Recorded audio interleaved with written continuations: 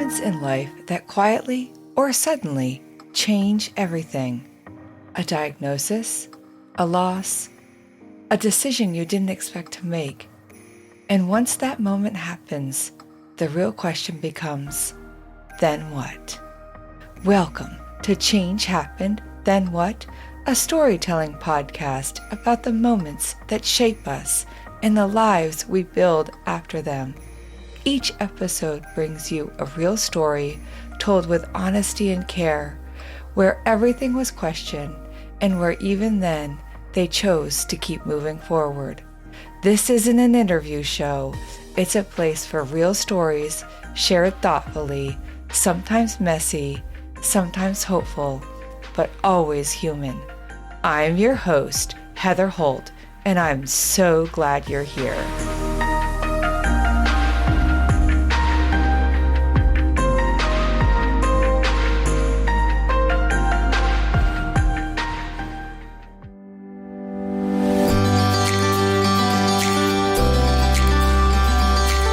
Before we begin, I want to invite you into something I'm doing called the Changed Me Community Drawing. Stay tuned to the end of the episode to find out how you can enter into our monthly drawing for a super cozy Change Happened trucker hat or a super soft tee.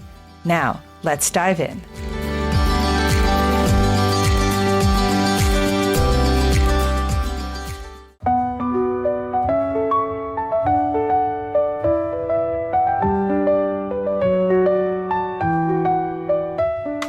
Lisa had built a life many people dream of. She traveled abroad, she taught English, she built a life rooted in curiosity, independence, and intellect. The first relationship didn't quite fit in the life she imagined for herself. So, when it ended and another began with someone who looked right in every way, established, intelligent, secure, Lisa believed she had found her future. It made sense. On paper, it felt safe. It looked like everything she was supposed to want. Until it wasn't. Today, I'm introducing you to Lisa Johnson, a woman who turned Mr. Wrong into a mission to help others survive high-conflict relationships with clarity, strategy, and strength. Before we continue, I want to offer a gentle note for listeners. This story explores emotional and financial abuse and the quieter ways control can take hold of a relationship. Listen with care. We are in the early 1990s, and I am living in a little village in southern Hungary. I had the brilliant idea, after backpacking through Europe the summer before, that the publishing world, where I had worked in New York City for a little while, was too boring, and I missed backpacking, and I missed teaching, and I was going to bring my heavy metal rock star guitarist boyfriend, who had never been on a plane, with me to a third world country within a year post-communism and teach English. We were living in this little village where literally there were maybe 6 other people that spoke English. It wasn't at all what I expected. I loved still traveling on the weekends, but I realized that the boyfriend that I was with was a completely different person when he didn't have access to marijuana anymore, which he had a lot of back in America. And that he was actually very anxious and jealous and annoying to be around. I kept thinking, I've got to get back to America, and I've got to grow up and settle down and get like a real job and have relationships with grown-ups and stop doing this. Came back to America, ended up renting a cottage, still with the old boyfriend, but being like, we're going to end this, from this guy who was really kind. He just charged us like the price of the mortgage. And part of what I wanted to do was when we pay the rent, I had to get a receipt. And so every month, my old boyfriend and I would go to our landlord's house and pay the rent. Keep in mind that I had not been around English speakers for a full year. My major in college was English. I'd always been a reader. like a bit of an intellectual. And so my landlord was a major reader, and it was the first person that I had really met that I could have a full intellectual conversation with for in over a year, basically. I ended up finally breaking up with a rock star guitarist boyfriend. It wasn't like a horrible breakup or anything, but I called the landlord and said, I just want to let you know I'm going to move out of the house, and this is my last month's rent. And he said, oh, do you want to have lunch? Hold the phone. Sound the alarm bells. This is the moment you wish the red flags would start waving. But Lisa didn't see them yet, and honestly, most of us wouldn't have either. So, stay with us because Lisa is about to take you inside an experience that began as an opportunity, love, and slowly became something else entirely. We'll be right back. This episode is brought to you by Pure Energy Apothecary, a woman-owned skincare and wellness brand founded by my friend Dawn Lancaster. Dawn and I go way back, deep diving into essential oils. We shared a passion for creating intentional products, just like the ones Dawn continues to craft today with Pure Energy Apothecary. When Dawn said she wanted to offer you 20% off Pure Energy products, I was thrilled. Pure Energy products are handmade in Vermont with ingredients you can pronounce, and they smell amazing. They are rooted in real aromatherapy. Visit pureenergyvt.com and use the code PURECHANGE for 20% off just for being a part of the Change Happened community. Pure products, pure purpose, pure energy. Now, back to Lisa. And I thought, all right, that's fine. So we started having lunch together, very platonic for several weeks, became friends-ish. And I have to say, I was never physically attracted to my ex-husband, who I was with for nearly 20 years. But we started this relationship off, and then I was working in Manhattan, and I started looking at apartments. And he came with me, and he said at some point, let's not even waste time. You're going to end up with me. So you're just going to move in with me. As we started moving from the friendship thing into gradually dating, he was well-established. He was an IT guy. He owned property, so everything on paper looked really good. He wasn't like the kinds of guys that I had dated in the past, and I thought, this is what I should be doing. I should be dating people like that who are independent and can take care of themselves, and I don't have to be the responsible one all the time in the relationship. So as we started dating for a while, I remember one night specifically we went out to this nice Mexican restaurant, and he basically interviewed me as a candidate to be a future wife. The questions he was asking, like how much money do you make and how many children do you want and that kind of thing, I'd answer, and he said, you're the first person that I've met that I would consider marrying, even though we had only known each other for a few months. But I was very flattered.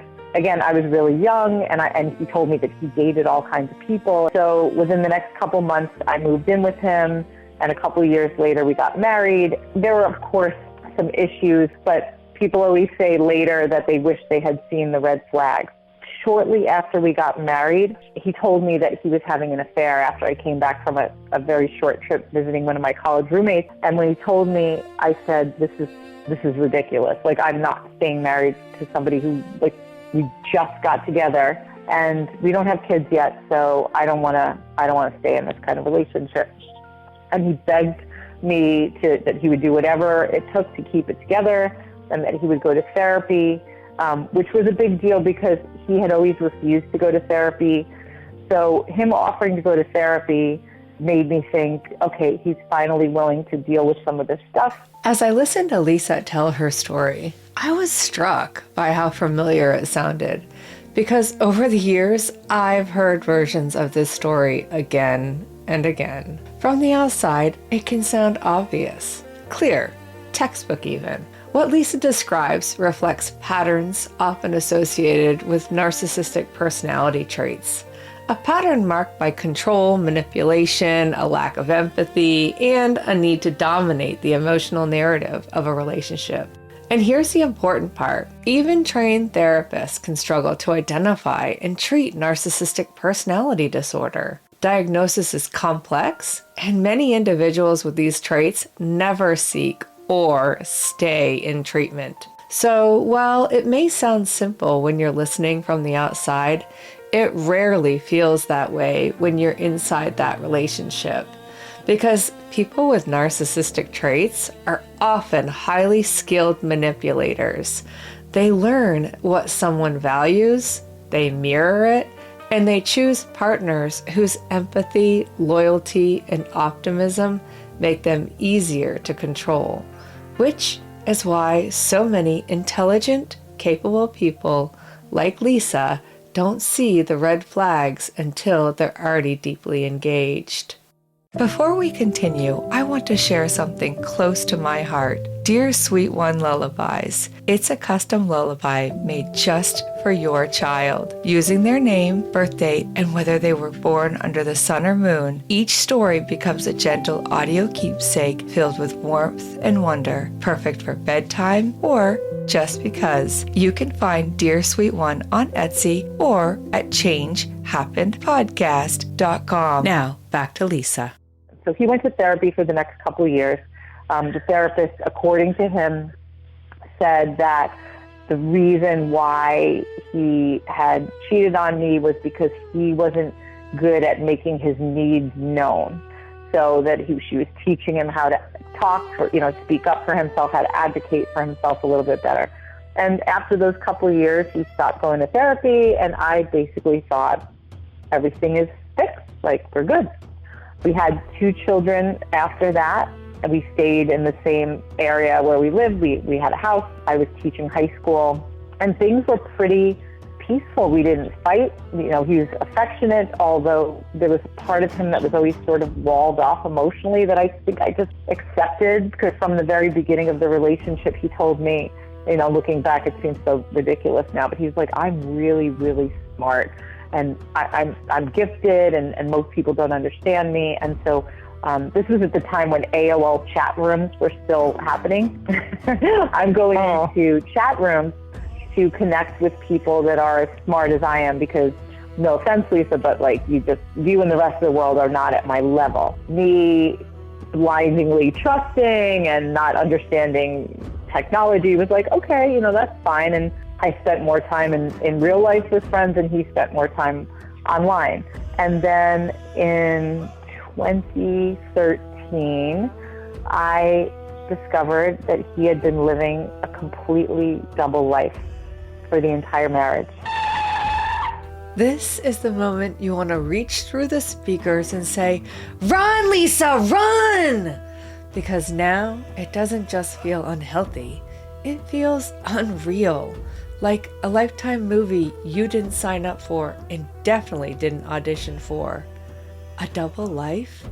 The whole time? It turned out that he had been having a series of affairs. This one happened to be online with a very young woman who looked about the age of our kids. When I found evidence of this and confronted him with it, he told me that the pictures that I'd found were just a stranger, that he had printed color pictures off the internet because he was doing drawing and art studies, and this was somebody that he didn't know. But when you can tell when someone's lying to you, and I just knew he was lying.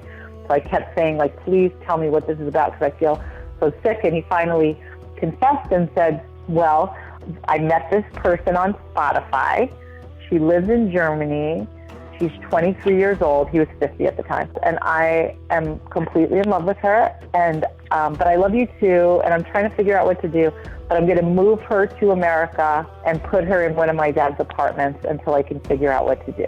And that was the moment that I thought, this marriage is over. I don't know what happened to the person whose judgment I trusted, but this person is so delusional that I can't believe a word he says. And I remember asking him, well, what about our kids? What about our life? What about everything? He's like, oh yeah, we'll just figure it out. At that point, I was devastated. I'm not sure devastation fully captures what Lisa was living through in that moment, but it's the closest word she has now. Imagine your entire life being pulled out from under you. Everything you believed, everything you trusted, gone. After this kind of betrayal, do you stay or do you go? He said, well, let's go back to therapy. Let's use my same therapist, because she says that before we get a divorce, before anything like that, that we need to go see her every week for 6 months straight, $200 a session, and really be sure that this is over if it's really over. And by the way, said, if you divorce me, then I'm not going to pay for our kids' college education. To hear something like this was like, you can't do, like, how could you do something like that? Why would you do something like that to our kids? I ended up taking a couple of years. We went through all kinds of therapy, finally was able to end the relationship, get him out of the house, and met with a divorce attorney who within 20 minutes said, yours is going to be a really bad case. I don't know why you're saying that, because again, it seemed pretty amicable. I thought, we had 2 years to go through whatever the issues were. I felt that we were both in agreement that the marriage was over. My lawyer was right, even though I thought my ex was a good person who had just done some bad things. This was just the beginning for Lisa, because what followed wasn't just betrayal. It was the unraveling of years of emotional abuse. Lisa has been slowly shaped into what I often describe in emotionally abusive relationships as a puppet. Someone continuing to doubt themselves, defer, and stay manageable. And here's what happens when a person decides to take their power back. When they stop playing the role they were trained for. When they refuse to be controlled anymore. The system that depended on that control collapses, and the fallout can be brutal. The divorce took a year and cost 10 times of what my nightmare was. I thought, I can't afford $10,000. It cost $100,000. And then I spent the next 10 years in the legal system with him. So when the divorce finalized, my lawyer, again, very astute, said, your ex is not going to comply with these orders, this agreement that you've made together. You're going to be back in court, and he's going to continue to financially decimate you. So you have to start building your case right now, and you're going to have to go on your own or represent yourself as what's called a pro se or self-represented litigant. You can't afford me. If you need me, I'm here, but you really are going to have to do this yourself. And so I started doing what my lawyer had suggested. I started building a paper trail. And then in December of 2017, I went to the courthouse, and they had like a volunteer lawyer program. And you could talk to lawyers. They wouldn't take on your case, but they would give you basic legal advice for about 20 or 30 minutes. And so I was talking to a lawyer, and I was telling her what my plan was to figure out what's called an educational support order, because, fulfilled what he promised. He refused to help pay for college, and these two kids were in high school at the time. And so she took a look at the divorce, and she started asking me questions about like what I had gotten and what I hadn't gotten in the case. And she said, you've got a fraud case. This is much bigger than just an educational support order, but it's too hard to prove fraud. So you should do it a different way. And I listened to her, and I did it. And then it took another year, and I got really good orders for educational support. And then also I got a modification. It's called an increase in alimony and child support, because he hadn't been honest on the documents that he submitted to the court. Let's see, so that took a year. Then the next 6.5 years straight were spent in court through about, I always say it's like 100 court appearances in about 2 states, just trying to get him to comply with our agreement. He hired multiple lawyers in our state of Connecticut, because we moved from New York to Connecticut. Over COVID, I moved part of the case into New York to try to get enforcement on my original orders. That didn't work. He hired a criminal defense attorney who just bogged the case down. COVID slowed everything down. Finally, in both states, in New York and Connecticut, after several years, I say justice and karma served beautifully. And we got him to comply, and he finally did what he was supposed to do. But in the meantime, he appealed 4 times, which means like when you're in family court, that's one court. It's still called the lower court, but the appellate court is the high court. And so he appealed, and so I argued at that level on my own without an attorney. And not only did I win, but it was so notable that it got published as case law for the state. Lisa ran out of money for what she was facing in court. So she did something almost unheard of. She represented herself. In legal terms, that's called pro se, which simply means speaking for yourself without an attorney standing beside you. Over the next several years, Lisa showed up again and again, through dozens of hearings, through paperwork most people never see, through a system that isn't built for people who don't have resources.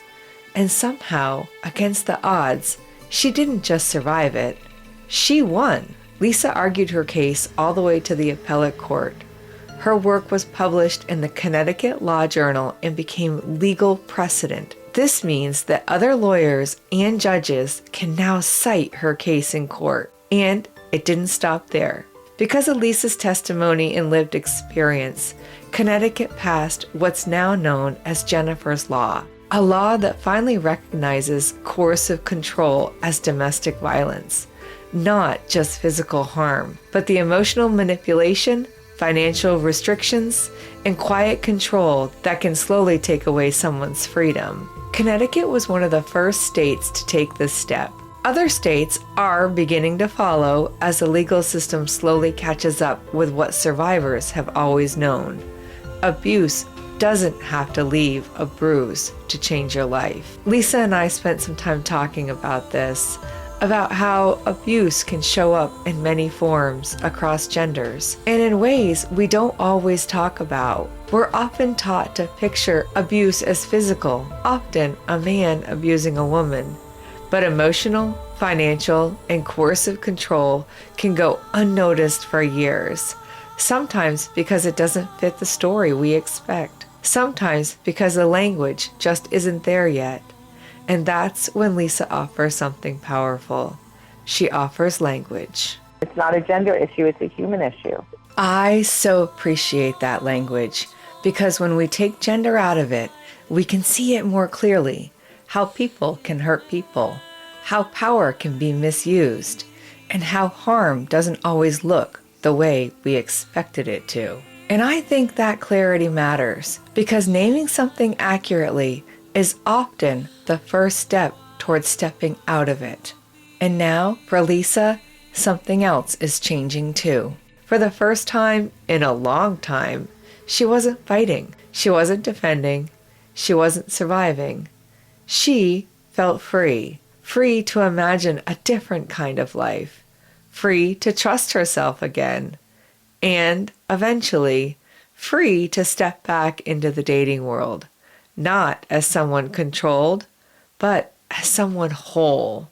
I had never done any kind of online dating. I'd stayed faithful to my husband the entire time. But I was like, I have completely missed out on like this dating thing. Like, it's going to be so cool to see like what happens when I go out into the world again. I remember my friends were really excited. I wrote a dating profile.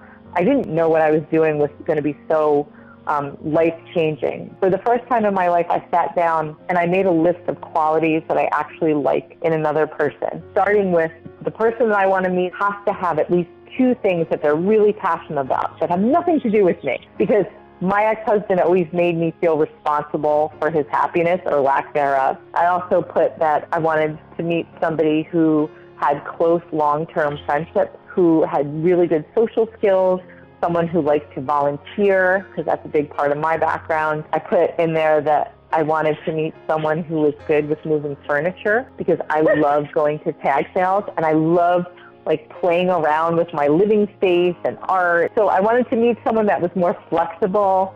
And I felt like if someone was able to happily move furniture with me, that really said something about their character.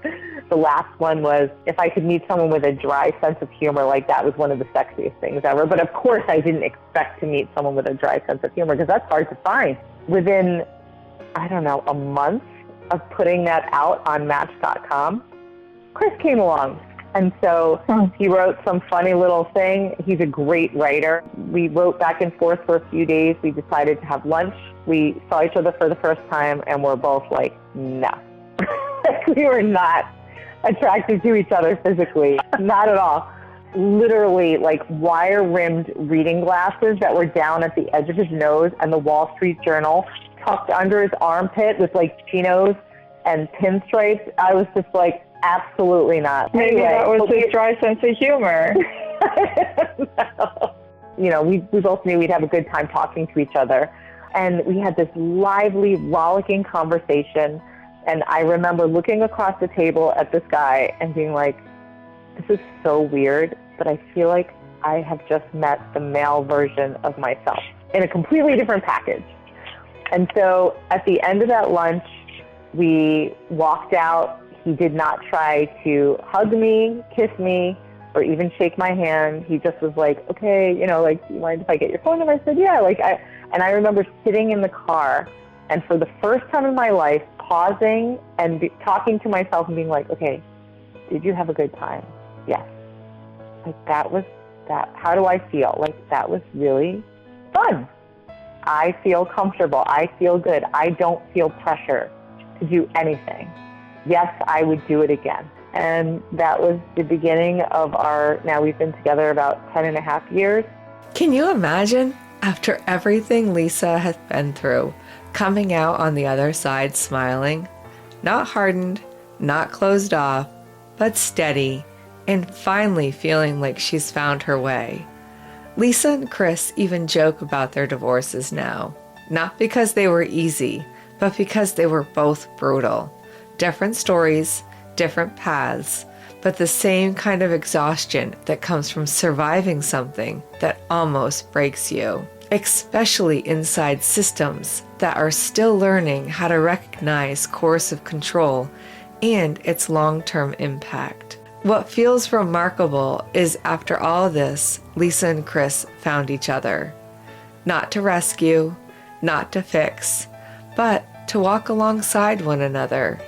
And together, they now do the work they wish had existed when they needed it most.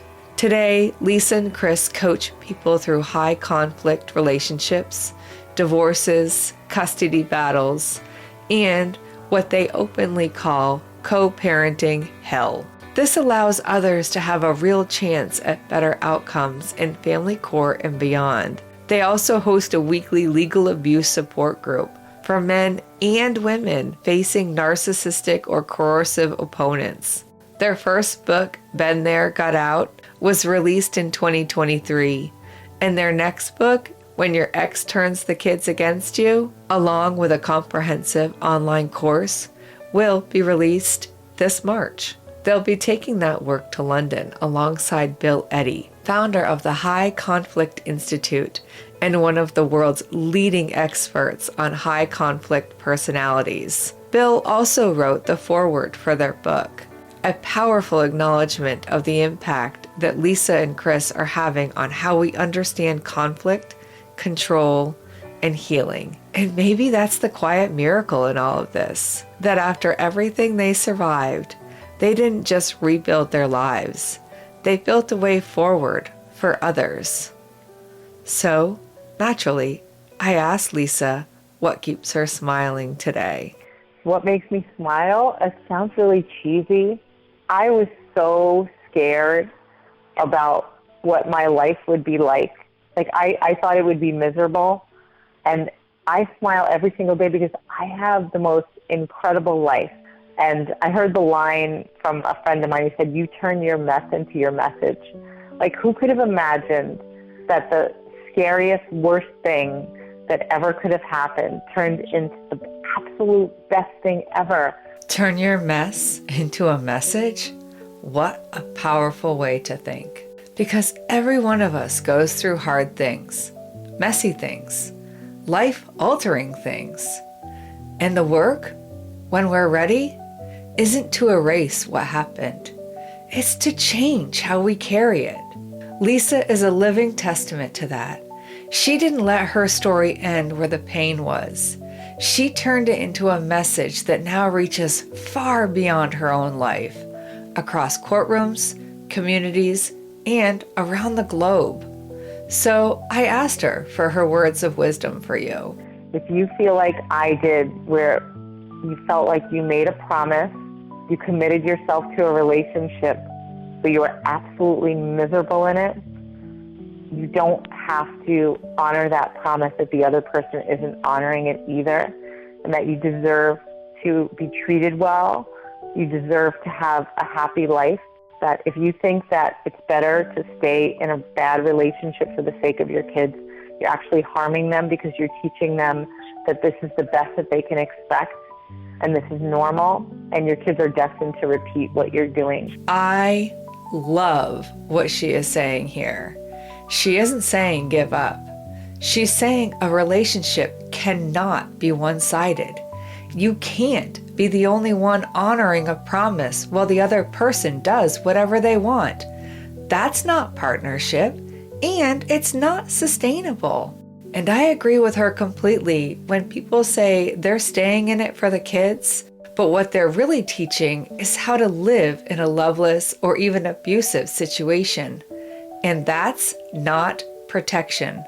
That's preparation. Children learn what love looks like by watching us.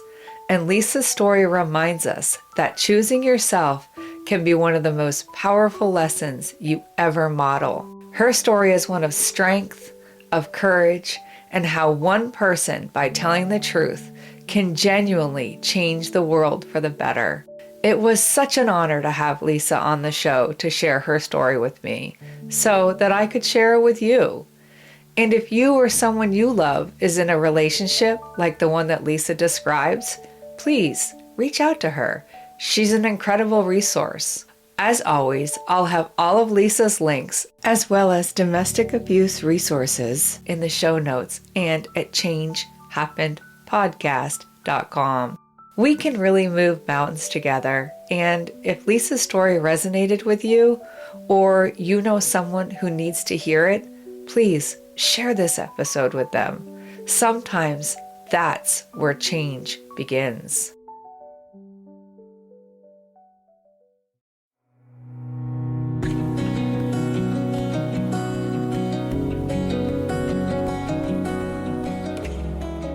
Change doesn't end the story. It's often where the next chapter begins. If something in today's episode stayed with you, a moment, a sentence, a feeling, I'd love to hear about it. And if someone came to mind while you were listening, consider sharing this episode with them. You're welcome to head to changehappenedpodcast.com to tell us what stayed with you from today's episode or any interview episode you listened to as part of the What Changed Me community drawing. Each time you share, you'll be entered into a Change Happened drawing. You can enter more than once. Every entry is also automatically included into our quarterly drawing for a special Change Happened Super Prize, whether you've won before or not, because these stories don't end where the episode does. They keep moving forward in what we carry with us and in who we pass them on to.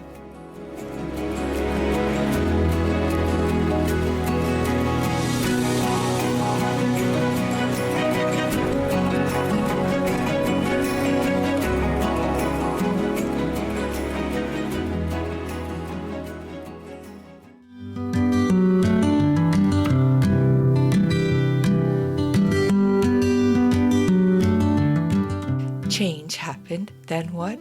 Is written, edited, and produced by me, Heather Holt, with the loyal background support from my two sidekicks, Waylon and Dalton.